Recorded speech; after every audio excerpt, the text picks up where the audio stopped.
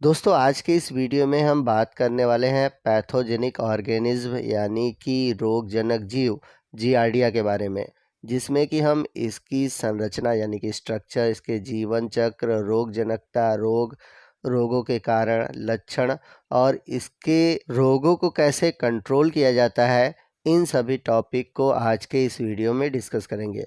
और ये जो टॉपिक है, ये टॉपिक आपके BSc first year first semester zoology के यूनिट 8 से लिया गया है।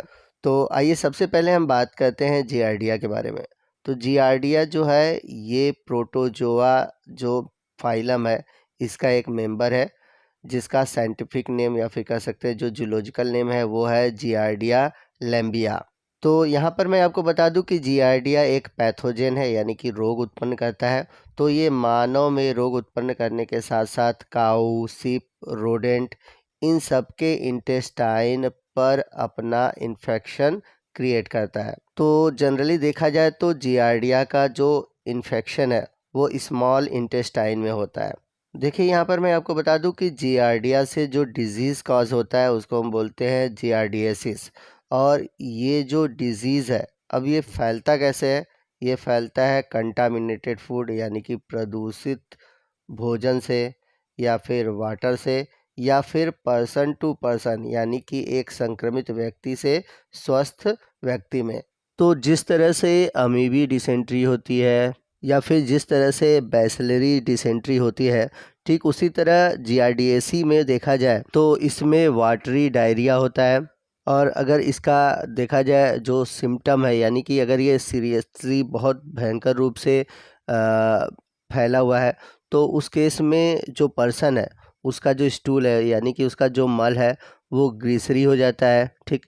उसको थकान महसूस होती है, क्रैम्प होता है, ठीक।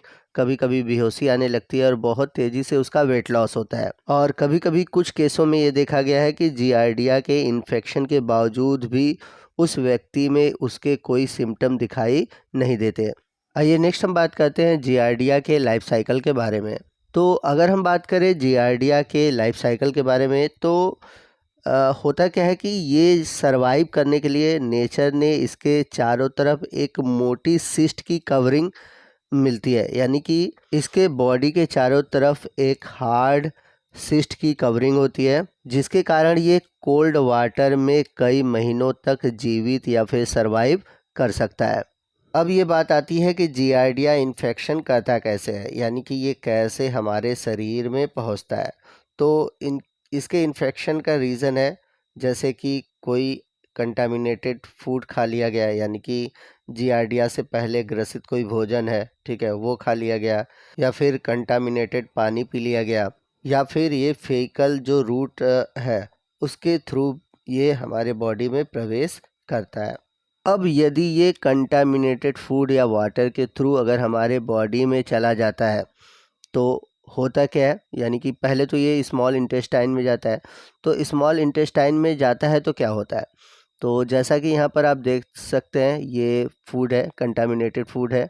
तो इसके जो सिस्ट होते हैं वो जैसा कि मैंने बताया था कि इसको सरवाइव करने में मदद करते हैं, और इसी सिस्ट की वजह से ये कई महीनों तक ठंडे पानी में सरवाइव कर सकता है। अब यदि हम कोई कंटामिनेटेड फूड को ग्रहण करते हैं, फूड को लेते हैं, तो ये हमारे इंटेस्टाइन यानी कि स्मॉल इंटेस्टाइन में पहुंच जाता है। अब ये जब स्मॉल इंटेस्टाइन में पहुंचता है तो वहाँ पर जाकर ये सिस्ट से अलग हो जाता है, यानी कि सिस्टेशन होता है, यानी कि जो बाहर के वातावरण में सिस्ट था वो बॉडी में प्रवेश करते ही वो जो सिस्ट होता है वो डिसअपियर हो जाता है। तो सिस्ट से अलग होने के इस प्रोसेस को एक्सिस्टेशन कहते हैं। Trophozoites emerge to an active state. तो सिस्ट के अंदर जो ट्रोफोजॉइट है, इसका जो पहला स्टेज है वो है ट्रोफोजॉइट। तो ये जो ट्रोफोजॉइट होता है जब सिस्ट हटता है तो ये एक्टिव स्टेट में यानी कि सक्रिय रूप में आ जाता है। तो इसके बाद अब होता क्या है, इसके बाद जो ट्रोफोजॉइट है मल्टीप्लाई करता है, यानी कि अपनी संख्या को बढ़ाता है। अब ये अपनी संख्या को कैसे बढ़ाता है, by the process of binary fission, यानी कि बाइनरी फिशन जो रिप्रोडक्शन का मूड है, या फिर कह सकते हैं कि जो सेल डिवीज़न का तरीका है, तो इस तरीके के द्वारा ट्रोफोजॉइट अपनी संख्या को बढ़ाना स्टार्ट कर देता है। अब इसके बाद क्या होता है कि जो ये ट्रोफोजोइट्स हैं अब धीरे धीरे लार्ज इंटेस्टाइन में ट्रांसफ़र होना शुरू हो जाते हैं। कहने का मतलब ये है कि स्टार्टिंग में तो ये स्मॉल इंटेस्टाइन में था, लेकिन जैसे जैसे मल्टीप्लिकेशन हुआ, जैसे जैसे इन्हें बाइनरी फिशन किया, तो अब वो कहाँ पहुँच गया, लार्ज इंटेस्टाइन में। तो जब ये लार्ज इंटेस्टाइन में पहुँचता है तो लार्ज इंटेस्टाइन में पहुँचते ही ट्रोफोजोइड डिफ्रेंशिएट होने लगता है, यानी कि इसके चारों तरफ फिर से सिस्ट का फॉर्मेशन होने लगता है। तो सिस्ट का फॉर्मेशन इसलिए हो जाता है क्योंकि अगर वो बाहरी वातावरण में स्टूल के थ्रू यानी कि मल के थ्रू जब बाहर जाएंगे तो उस इन्वायरमेंट में सर्वाइव नहीं कर पाएंगे। तो इस वजह से बाहरी वातावरण में जाने से पहले ही इनके चारों तरफ फिर से सिस्ट का फॉर्मेशन हो जाता है। तो जब सिस्ट का फॉर्मेशन हो जाता है तो अब ये फीकल मैटर के थ्रू अब कोलन के द्वारा, यानी कि जो लार्ज इंटेस्टाइन का कोलन वाला भाग है उसके थ्रू ये क्या होता है, फीकल मटेरियल के द्वारा शरीर से बाहर निकल आता है। देखिए यहाँ पर मैं आपको बता दूं कि जो बाहर निकलता है फीकल मैटर के थ्रू, वहाँ सिस्ट भी निकलते हैं और ट्रोफोजोइड भी निकलता है, लेकिन अगर कोई सरवाइव करता है तो वो केवल सिस्ट ही सरवाइव करता है। जो ट्रोफोजोइड्स होते हैं वो नष्ट हो जाते हैं। क्यों? क्योंकि उनके चारों तरफ जो सिस्ट की लेयर होती है वो नहीं पाई जाती। अगर वो लेयर नहीं पाई जाती है तो एडवर्स कंडीशन में यानी कि प्रतिकूल वातावरण में ट्रोफोजोइट अपने आप को बचा नहीं पाता। तो वही ट्रोफोजोइट जीवित रहते हैं जिनके चारों तरफ सिस्ट की लेयर पाई जाती है। तो ये तो बात हुई जियार्डिया के लाइफ साइकिल के बारे में। आइए नेक्स्ट हम बात करते हैं कि अगर जियार्डिया से जियार्डिएसी डिजीज़ होता है या फिर होने वाला है तो इससे कैसे बचा जाए। तो इससे बचने के लिए कुछ प्रिवेंशन है, कुछ सावधानियां हैं। आइए देखते हैं कौन कौन सी सावधानियां हैं। सबसे पहला है वॉश योर हैंड, यानी कि जब भी आप भोजन करने जाते हो तो भोजन करने से पहले अपने हाथों को अच्छी तरह से साफ करें। दूसरा पॉइंट कहता है use purified and clean water, यानी कि हमेशा शुद्ध और साफ वाटर का यूज़ करें। तीसरा है कीप योर माउथ क्लोज। तो इसका मतलब क्या हुआ, इसका मतलब ये हुआ कि जब भी आप किसी कंटामिनेटेड एरिया में जा रहे हैं या फिर कहने का मतलब आप जब भी कहीं बाहर जा रहे हैं तो अपने मुंह को ढके रखें, ताकि अगर बाहरी वातावरण में अगर इसके सिस्ट हो तो उससे आप प्रभावित न हो या फिर उससे कंटामिनेटेड न हो। अगला पॉइंट कह रहा है यूज़ बॉटल्ड वाटर।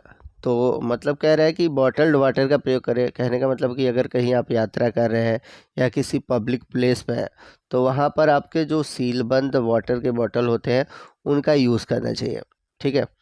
इसके बाद है प्रैक्टिसेस सेफ सेक्स, यानी कि हमेशा सेक्सुअली सेफ प्रैक्टिसेस करना चाहिए, यानी कि हमेशा यौन संबंध के समय प्रिवेंशन लेना चाहिए, यानी कि सुरक्षित यौन संबंध अपनाना चाहिए। और लास्ट है वॉश फ्रूट एंड वेजिटेबल, यानी कि सब्जियां या फिर फल को खाने से पहले क्या करना चाहिए, उसे अच्छे तरह से धो लेना चाहिए। अब यदि आप प्रिवेंशन नहीं रखते हैं और आपको जियार्डिएसी डिजीज़ हो जाता है तो उस केस में आपको कौन कौन से उपचार यानी कि कौन से ट्रीटमेंट लेने हैं वो समझते हैं। तो सबसे पहली बात कि अगर आपको जियार्डिएसी के सिम्टम दिखाई दे रहे हैं तो सबसे पहले आप डॉक्टर से मिलेंगे। ठीक। और डॉक्टर के कहे अनुसार आपको अब ट्रीटमेंट लेना है। इसके लिए कुछ दवाएं आती हैं जैसे कि मेट्रोनिडेजॉल। ठीक। इसके अलावा कुछ और भी दवाएं होती हैं जिनका यूज़ करते हैं अगर इनसे इन्फेक्शन हो जाता है। तो दोस्तों हमारा आज का ये टॉपिक ख़त्म होता है। आपको आज का ये वीडियो कैसा लगा कमेंट करके ज़रूर बताइएगा। वीडियो अच्छा लगा होगा तो प्लीज़ वीडियो को लाइक करिएगा, अपने दोस्तों में शेयर कीजिएगा, और कोई भी डाउट है आप हमसे कमेंट करके पूछ सकते हैं। तो मिलते हैं अगले वीडियो में अगले टॉपिक के साथ। तब तक के लिए जय हिंद, जय भारत।